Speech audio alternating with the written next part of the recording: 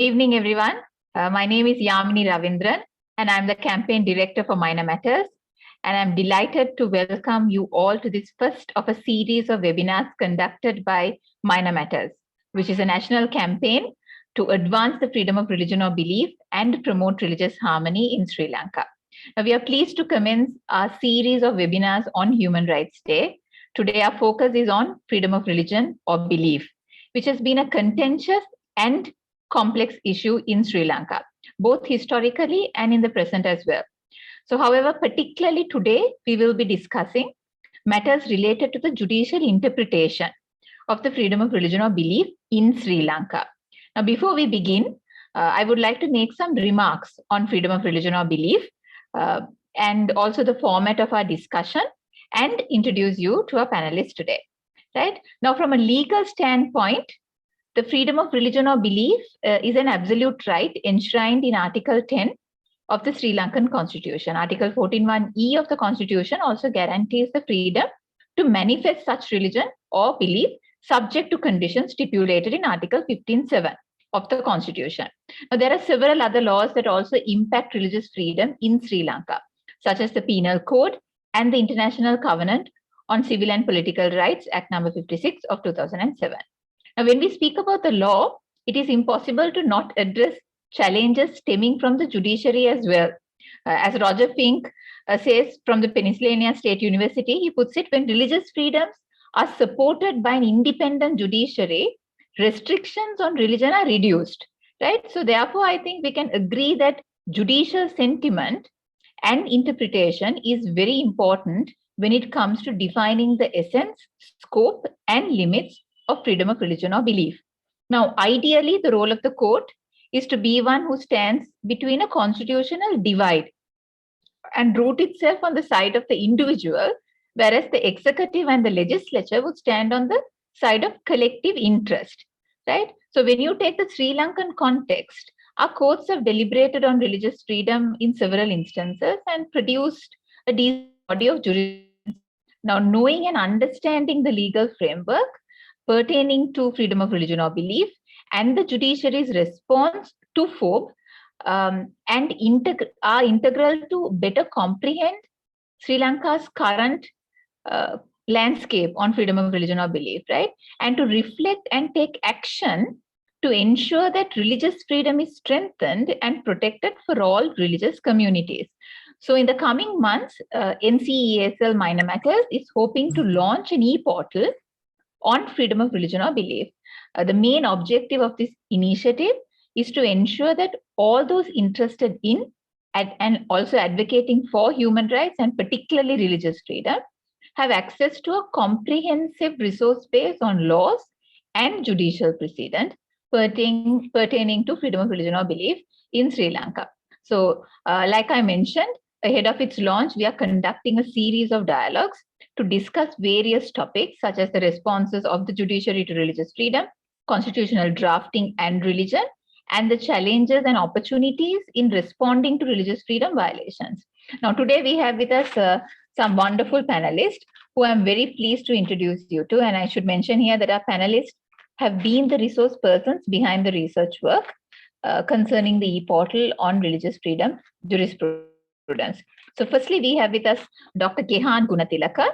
He's a lawyer specializing in human rights and constitutional law, a founding partner of Lex AG, a law firm based in Sri Lanka.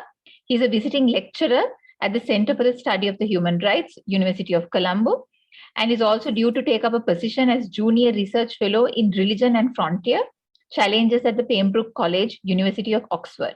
Gehan is the author of several publications on religious freedom in Sri Lanka. Secondly, we have with us Juanita Arulanandam.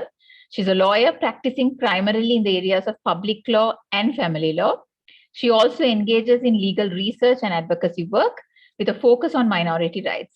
She's a former co-editor of the LST Review, a periodical published by the Law and Society Trust. Also, we have with us Malsirini De Silva, who is a lawyer specializing in international human rights law. She was the deputy head of legal research at Verite Research, which is an independent research institute and think tank in Sri Lanka. Prior to joining Verite Research, Malsirini was an international law and human rights fellow at the Office of Human Rights Fellow at the Office of Co-Prosecutors Extraordinary Chambers in the Courts of Cambodia. She has also worked for the Ministry of Justice and has been in Sri Lanka and has been a program officer for the Strengthening Enforcement of Law, Access to Justice and Social Integration Program, and was a visiting lecturer at the Sri Lankan Law College. Now, Malsirini also has an LLB from the University of Colombo, her LLM from the New York University, where she was a Fulbright scholar. And she currently works as a consultant for the Lex AG legal consultant. So without further ado, we will start the panel discussion, and I'll maybe just a quick word to say regarding the format of the discussion today. Firstly, the panelists will each respond to a question. Then we will also have the rest of the panelists engaging with each other, making their responses as well. And subsequently, following the comments made by the panelists, we will open the discussion for questions from the audience. So without any further delay, I'd like to start our discussion by posing my first question to Malsirini. Now, Malsirini, based on the research, can you briefly comment on some trends that you've noticed in the judicial process concerning freedom of religion or belief in Sri Lanka? Over to you, Malsirini. Right. Thank you, Yamini. So I hope everyone can hear me. Just to start off with the fact that when we started populating this, the database for the e-portal, we noticed once we had the cases up and running in the system, we noticed that some of the trends that were popping up were ones that had been in discussion. So as we move on, Gehan and Juanita will be covering those in a bit more detail. So what I'll do is I'll kind of start off with one of the most obvious trend that we saw in the once we put all the cases together. So this was when we analyzed the fundamental rights cases in the Supreme Court that concern the freedom of religion or belief. Here, when I say that, we focus on the articles that Yamini just mentioned, the constitutional provisions. So Article 10, Article 14(1)(e), and Article 12(2) relating to the discrimination on the ground of religion. So when we looked at cases that had these provisions, what we noticed was that the Supreme Court has very rarely found a violation of the rights contained in these articles, especially when it relates to, or mainly when it relates to a minority religious actor. So even in cases where the petitioners have come before court and then they allege that they were victims of religious violence or they were subject to religious discrimination, or that an aspect of freedom of religion or belief were violated in some way, the court has not really made the pronouncement on religious freedom per se. Now, when we say that, what we mean is that the ultimate holding at the end, the court would say, okay, the petitioners may have alleged 14(1)(e) or Article 10, but the court ultimately holds on some other provision. So we see a lot, even in the recent cases like the Jehovah's Witnesses case that it's most commonly known as, or in the Naomi Michelle Kochman case, which is the foreigner with the Buddha tattoo on her forearm. So in these cases, the court was consistently holding its judgments on the violation of Article 12(1), which is the equality provision, or it would steer clear of the provisions relating to FOB and would pick another religion neutral clause, as we call it. So maybe Article 13 on arbitrary arrest. So what we've seen is that from the cases that we've looked at, the landmark cases that we've looked at that came out of the appellate courts, they're yet to sort of show a willingness to recognize a violation of FOB. So there have been cases where the court has engaged in the discussion of Article 14(1)(e) perhaps, or Article 10, but it's very rare that they have held a violation, especially when it comes to a minority decision, religious party. So the thing is, such cases may be out there. It's just that either they are not reported or they're not easily accessible. I think, Yamini, I hope that answers the query you had. I'll stop there for now. Thank you, Malsirini. So it's interesting to note about the judiciary's response in terms of, how they have adjudicated in relation to whether they have actually expanded the scope of freedom of religion or belief, and how they have looked at it maybe in a broader or a narrow interpretation. And I would just like to tag Gehan and Juanita here to maybe what is both of your takes on it as well when we look at the judicial precedents or the trends per se. Yeah. I just think that there's an interesting observation to be made here, right? So we looked at so many cases. We looked at cases from different, types of courts, different jurisdictions. We looked at fundamental rights. We looked at writ cases. And what we found is that there were very few pronouncements that aspect of FOB had been violated when it came to minority petitioners. So it's not like the court did not find a violation of some fundamental right.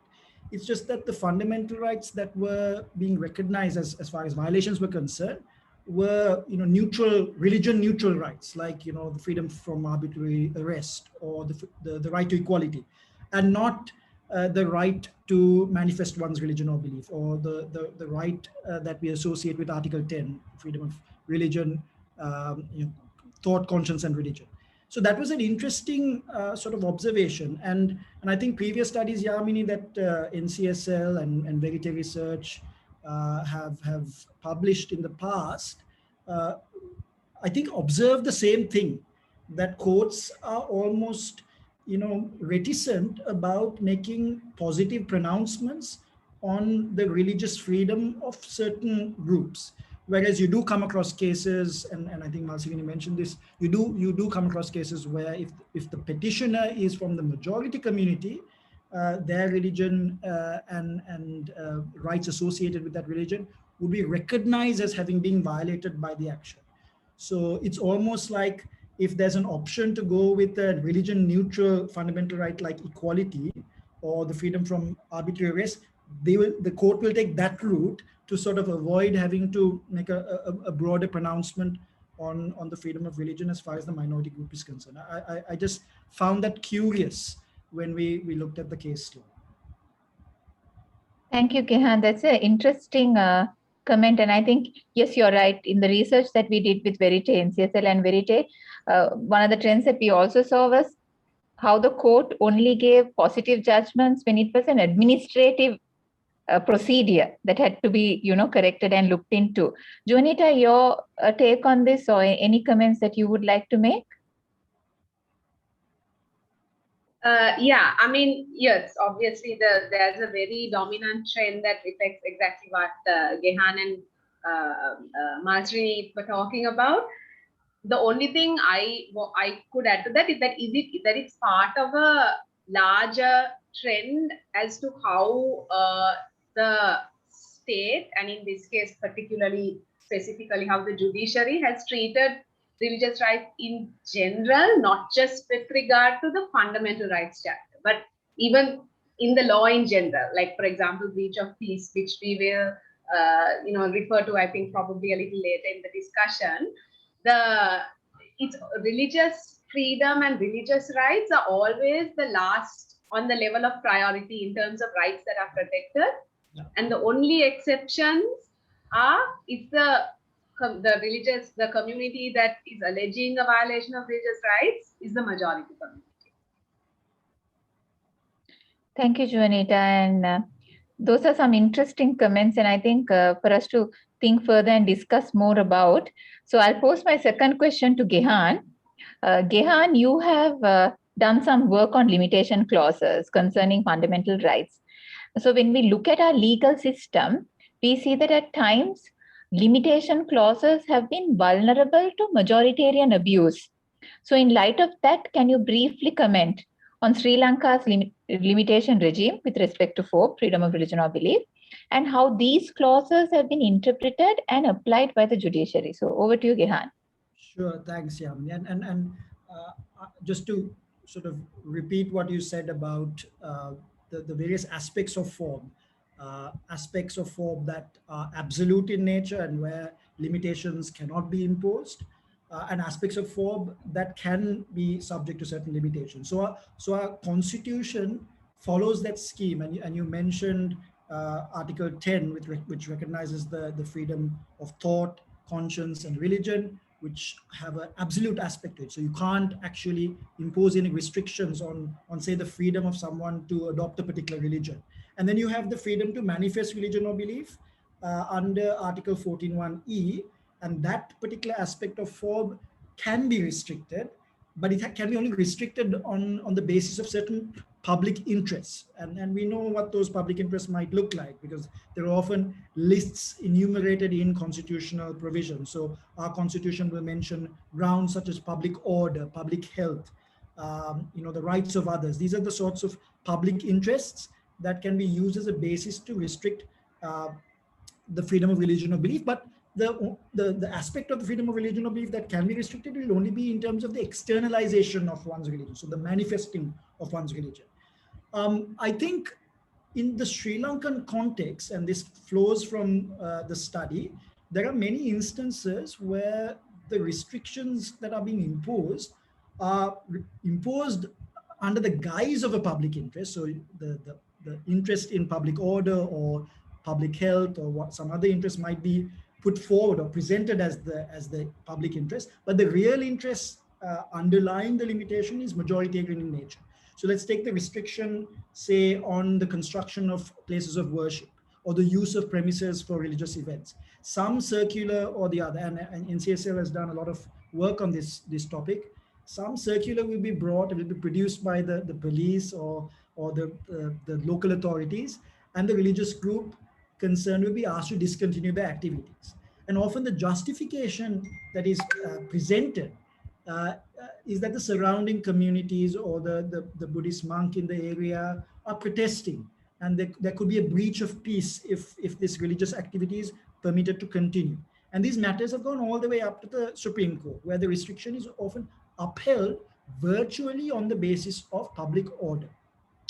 Now, in reality, the impugned religious activity of the minority community is not what is causing the public disorder. It's the threatened reaction to the activity. So it's the majority community's interest in maintaining their religious and cultural space and their sort of antagonism towards the impugned activity of the minority community that actually drives the basis for the limitation. So you see this kind of behavior in other countries too. Take Pakistan, for example, where the Ahmadi community's right to manifest their religion is restricted on the basis of the Sunni majority's threat that they would react violently to such manifestation. And cases have gone all the way up to the Supreme Court there as well. And the so-called interest in public order is the interest that is put forward. But it's really the majority community and not the minority community that is posing a threat to public order. So there's a bit of an irony there. Then you, of course, have the more sort of blatantly bad faith restrictions, such as the ban on burials that we encountered, last year. So this is again under the guise of a public interest, like, the public interest in public health.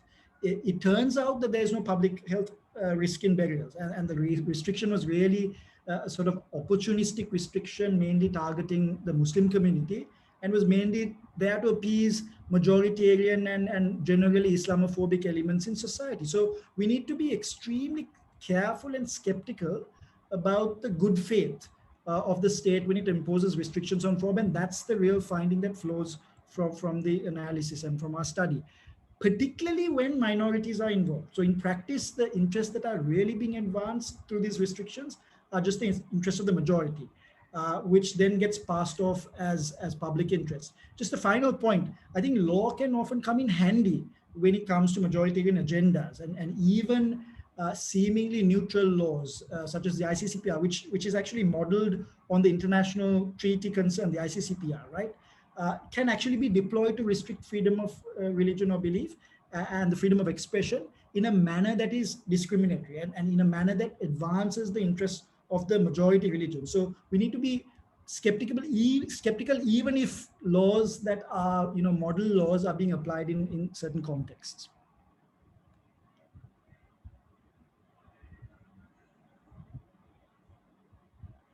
Thank you, Gihan.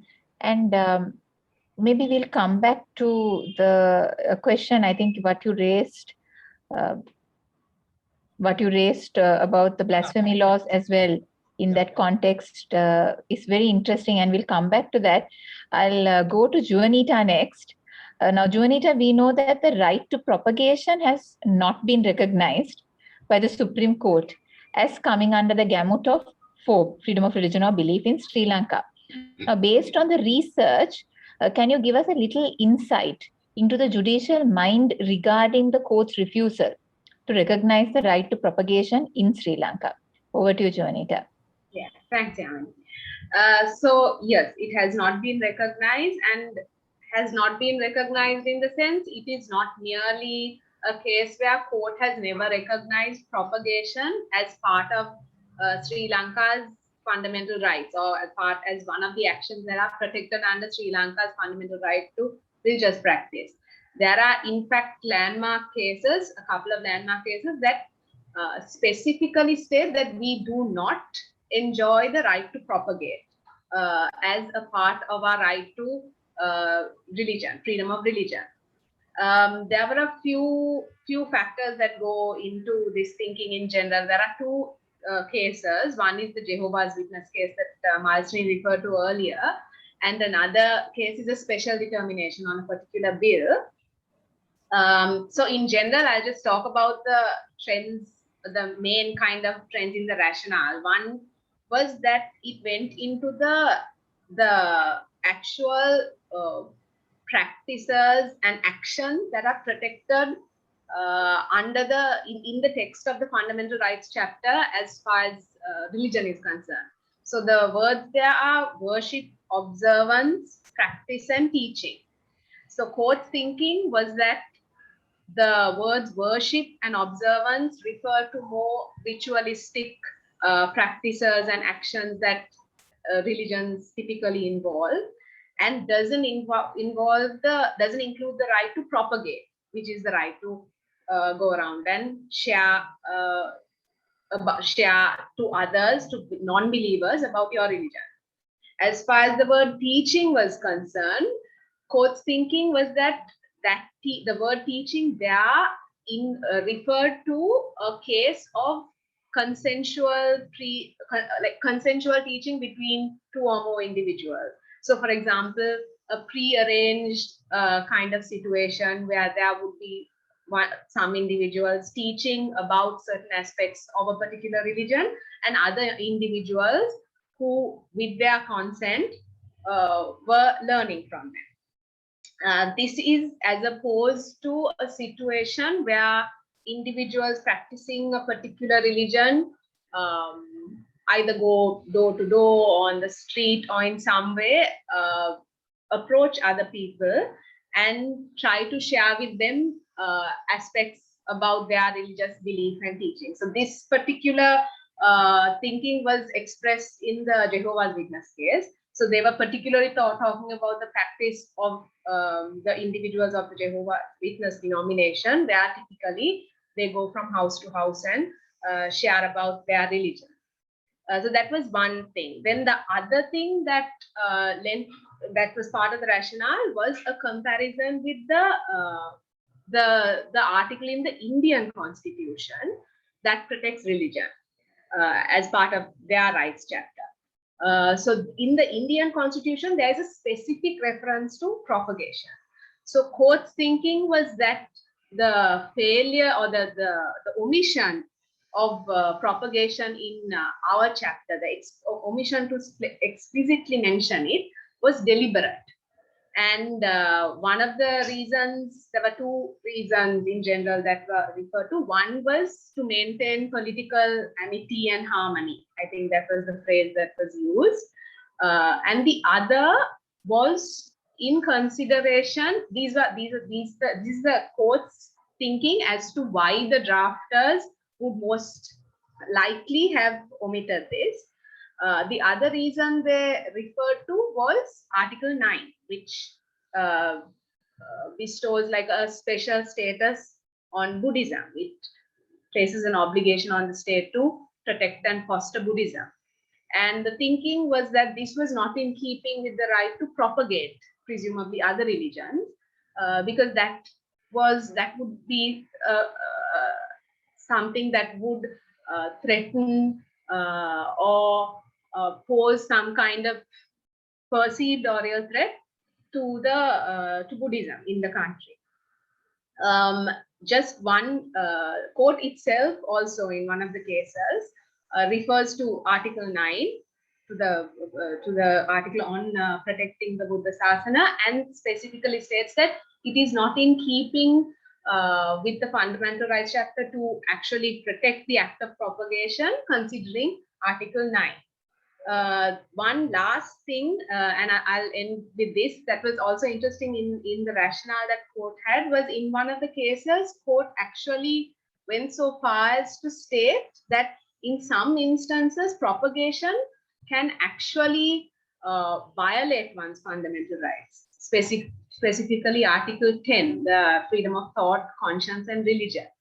And the circumstances the court referred to was where propagation is accompanied by what they referred to as improper inducements, right? So in common parlance, unethical conversion. So the thinking there was where there are inducements that are not proper, you are affecting or impacting the way in which people's natural thought process would be about a particular religion or religious belief, and therefore that affected their freedom of thought and religion.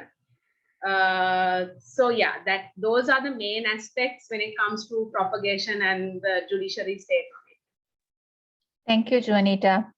I think when it comes to propagation and how that in particular has also been used to target certain religious minority communities is something we should really discuss so much more about. I'll maybe pose my next question to Malsirini. Now, I think the term of breach of peace is something that we have commonly come across. So when you go through the jurisprudence of freedom of religion or belief in Sri Lanka, how has this tendency to prioritize breach of peace risks over substantive elements of freedom of religion or belief impacted the well-being of religious minorities? Over to you, Malsirini. Thank you, Yamini. So, yes, there is a tendency to prioritize what we call breach of peace risks, right? So when we look at cases from Supreme Court and downwards to the lower courts, this trend is there. When I talk about the Supreme Court, we're talking about one landmark case that has got sort of like formed the judicial thinking down the line to in the court hierarchy. So that is the Farrell case, and I think Kehan already mentioned this case, the mosque construction case, or we call that for easy reference as well.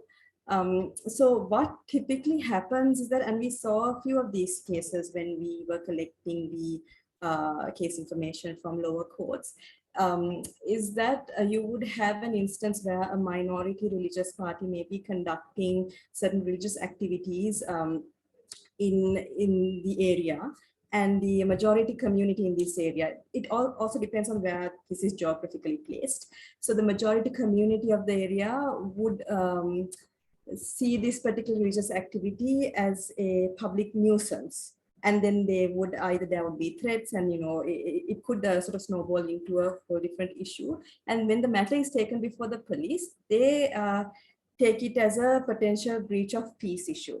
So what happens here is that the minority religious party's freedom may be restricted because there's a threat to public disorder.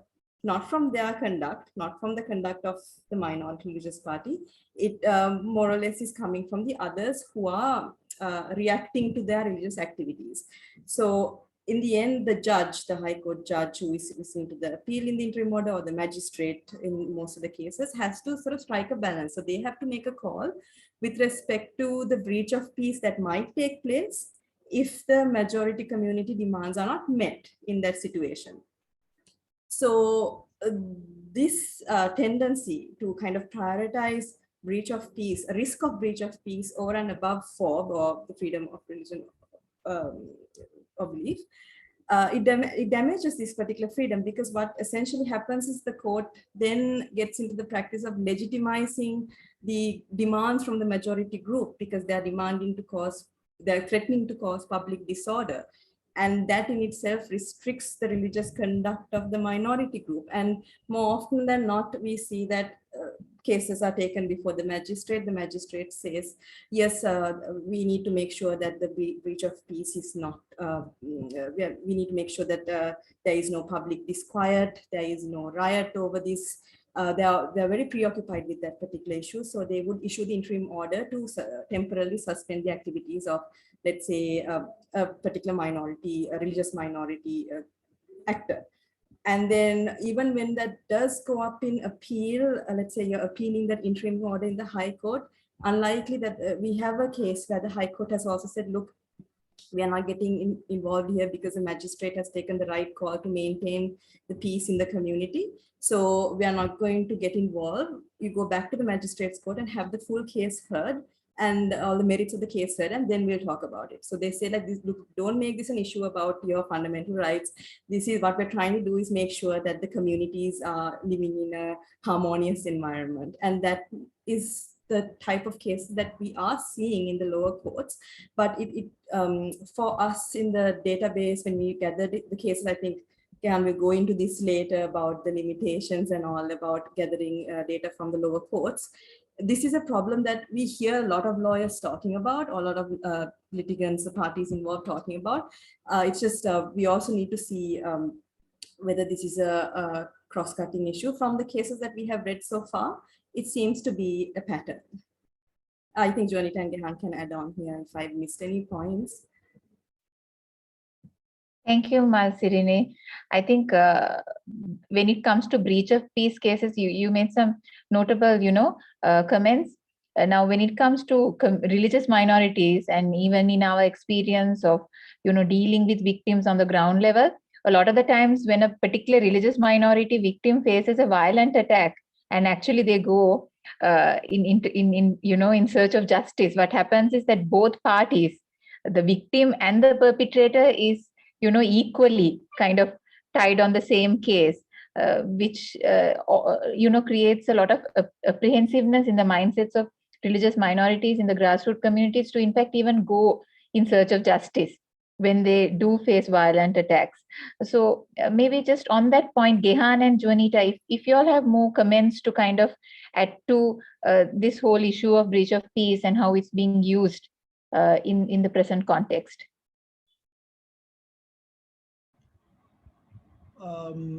Well, I think Malsirine covered the point quite well, and I have nothing more to add. I do have a question for Jonita on propagation, though, but maybe that might be a little later. Yeah.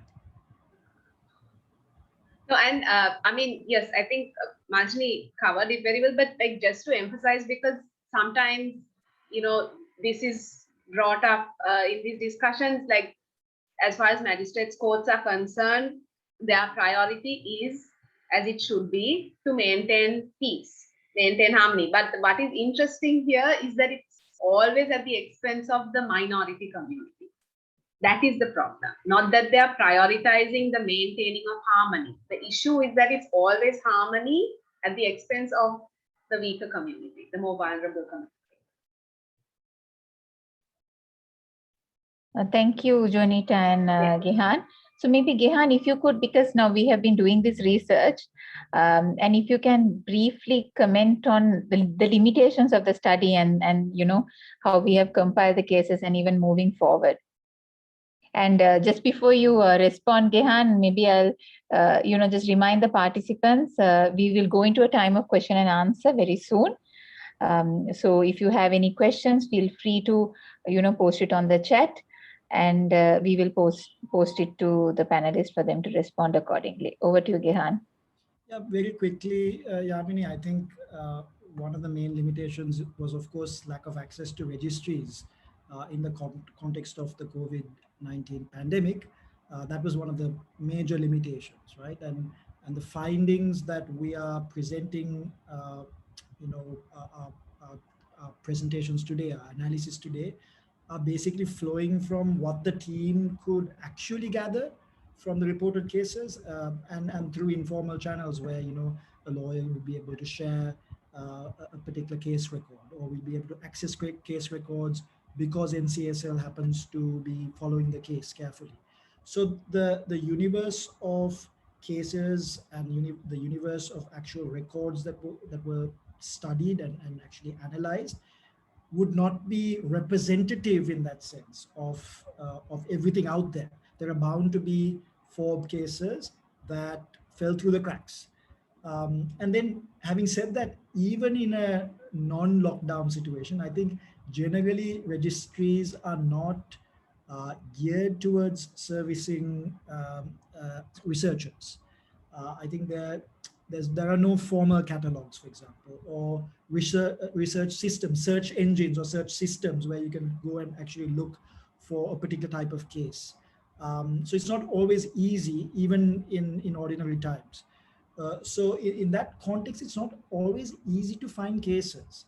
But I think, having said that, the broad findings that we are presenting are defensible because they do reflect the state of religious freedom in the country, because we are looking at appellate court cases like Supreme Court cases, or in terms of the fundamental rights jurisdiction, and these cases often cite other cases that are similar in nature. So I think we're fairly confident that some of the observations we're making do reflect the real picture.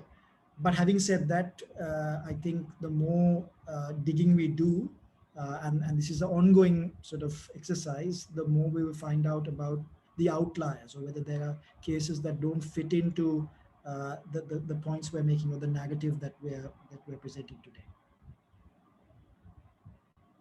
Thank you, Gihan, and thank you to our panelists. So maybe we'll go into a time of questions, question and answers as well. And yes, Gihan, you can go first. You raised your hand first. No, I just wanted to sort of, it's a question/comment really.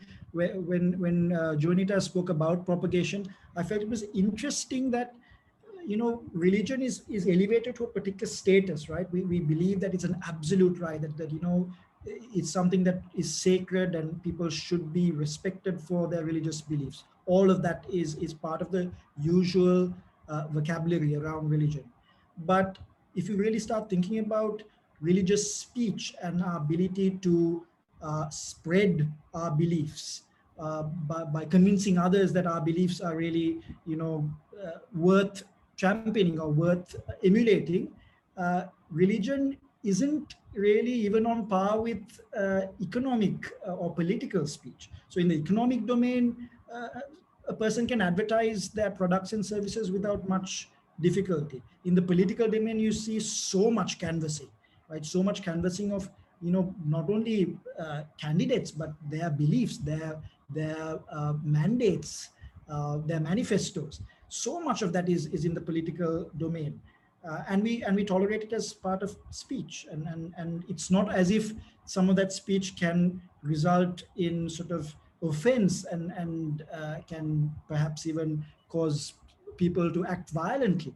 But we tolerate it as part of normal democratic discourse and normal marketplace activity. Religion, particularly if it's an unorthodox religion or a small group that by definition of being small would want to spread their message, are not afforded that freedom. In fact, the point you make is that it's not even recognized as part of the scope of freedom of religion or belief.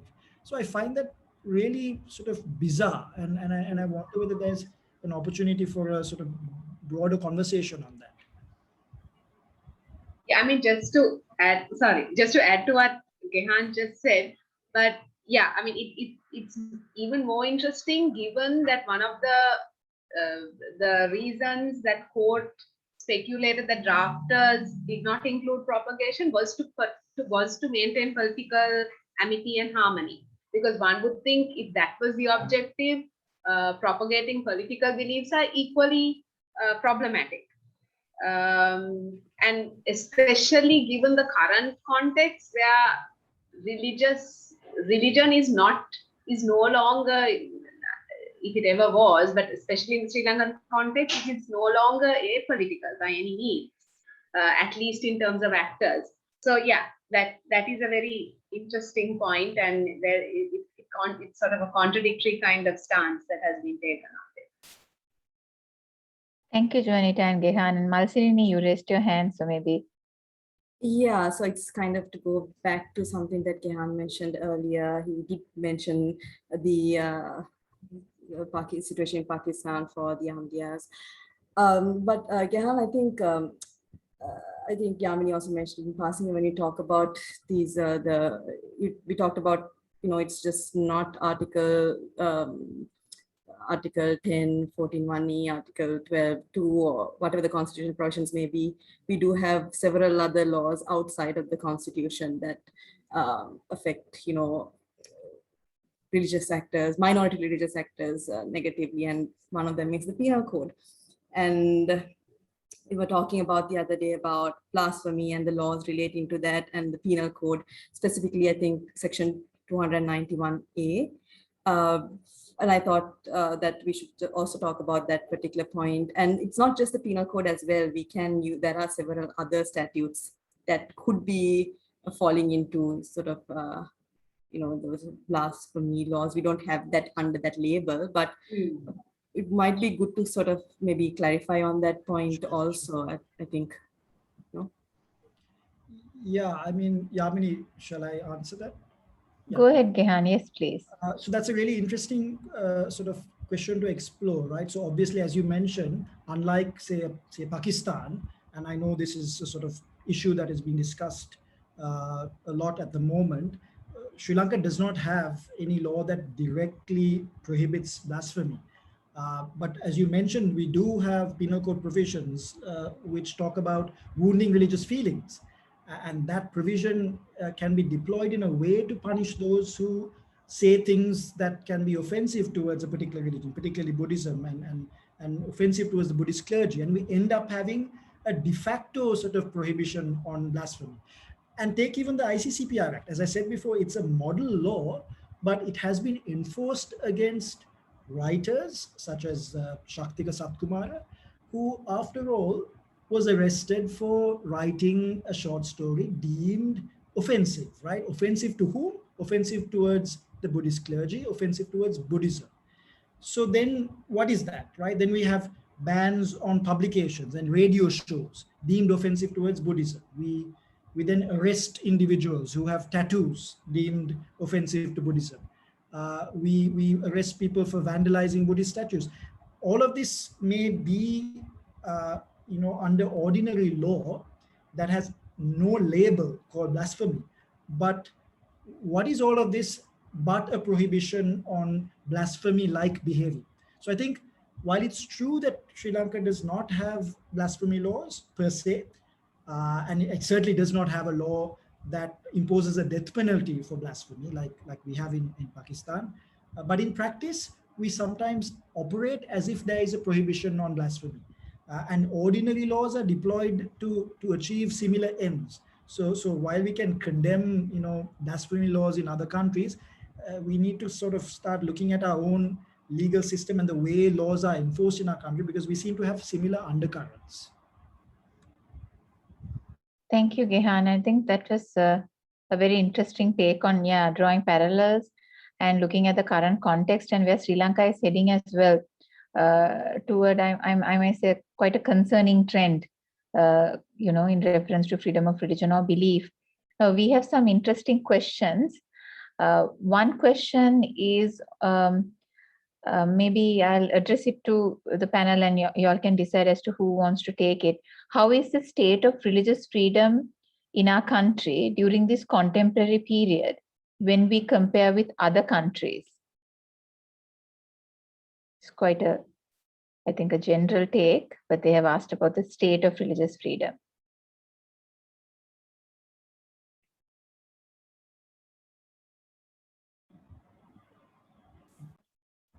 Do you want to? Yeah, I think Malsirini wants to answer. Great. I was about to say, you want to answer. No, I don't. My response is coming purely from having looked at the database, of course. The thing is, I think the answers would come from the lower court jurisprudence when we look at the cases that we have picked up on. And the thing is, we haven't done sort of a timeline type of study to assess whether the situation is worse now. Purely answering from a case law perspective here, though, we can't tell if it has gotten worse over time or whether this has been the underlying situation, and whether, let's say, the police is using a certain provision more actively than they did in the past.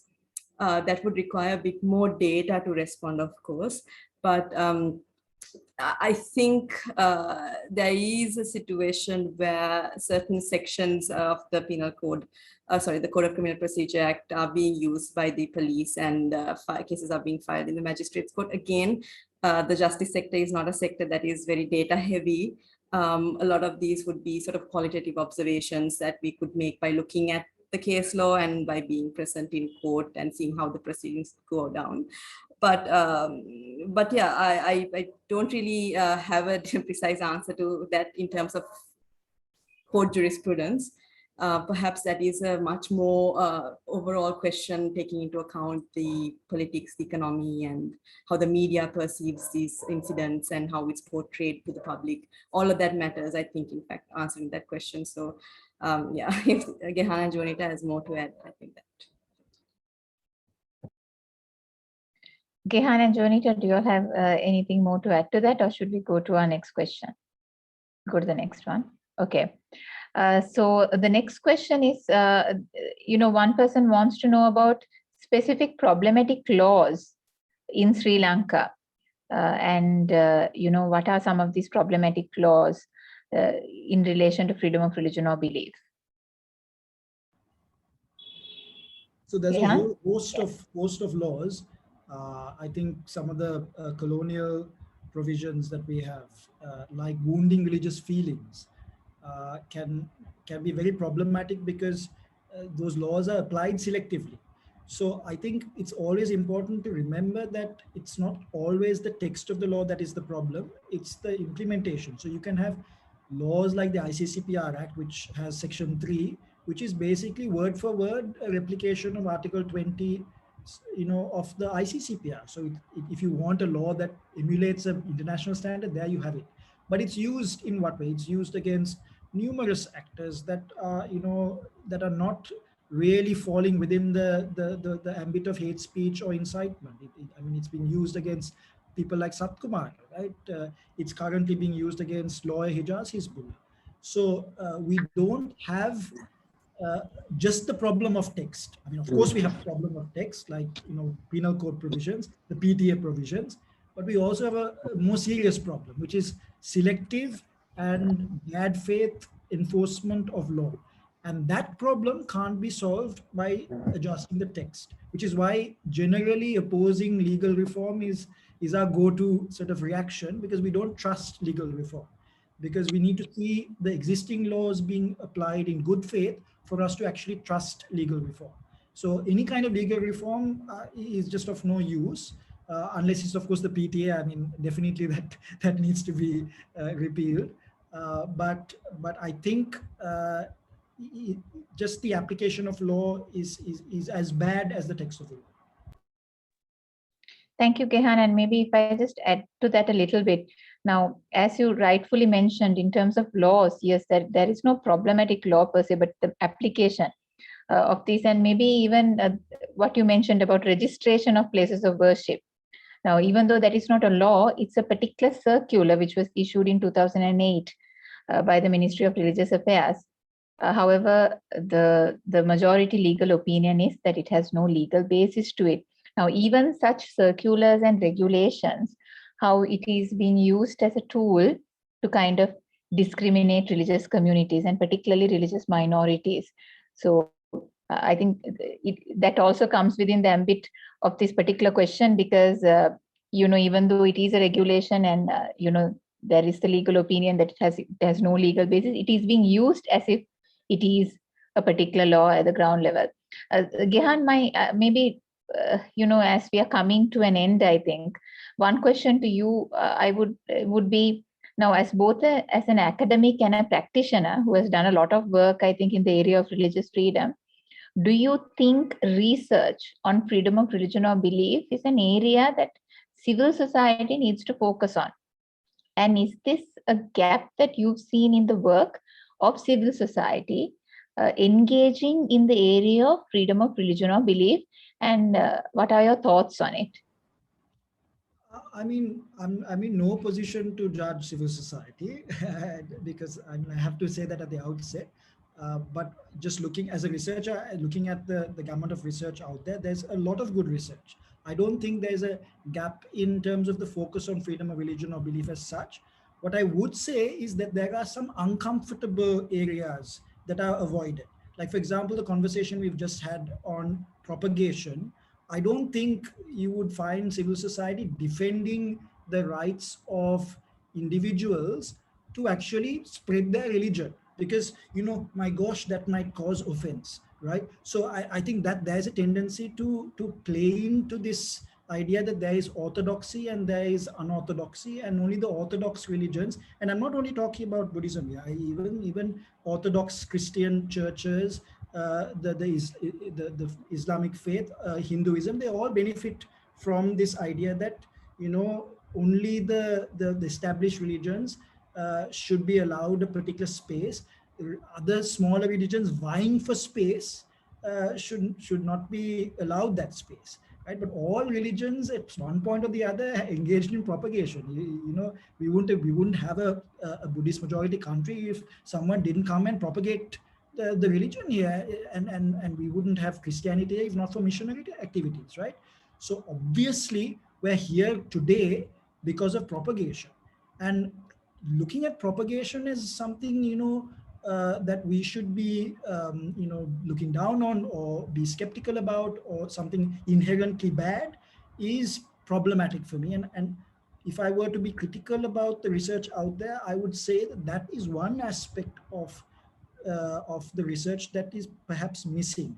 And I think we have to be willing to take a religion neutral position on that. And I think if we have religious hats, we need to take them off and say that this is just a marketplace of ideas, and religion has a place within that marketplace, and people should be able to peacefully, and in a way that is non-coercive, and in a way that is not a nuisance to others, be allowed to spread their faiths. That's my that will be the only critical point I make. Thank you, Gihan. That was really helpful. Malsirini and Juanita, if you have anything to add to that, as in any of your concluding comments.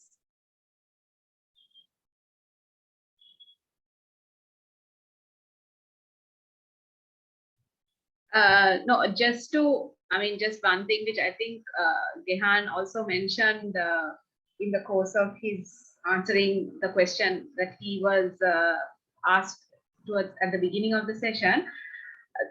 This is nothing new. It's just something to also just remember, as a part of this discussion.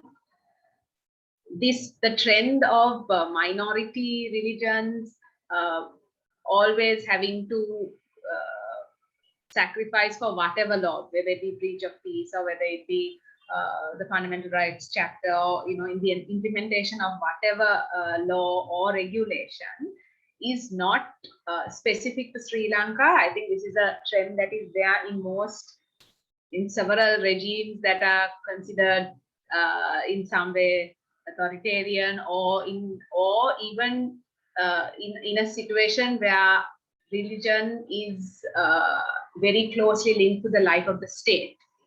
And it is also not specific in Sri Lanka and in other countries to religion itself. This is something, for example, as one of the problematic laws we discussed, the PTA. So it is part of a larger issue, and it has to be dealt with also in that way, which also connects to what Gihan was saying about things like propagation.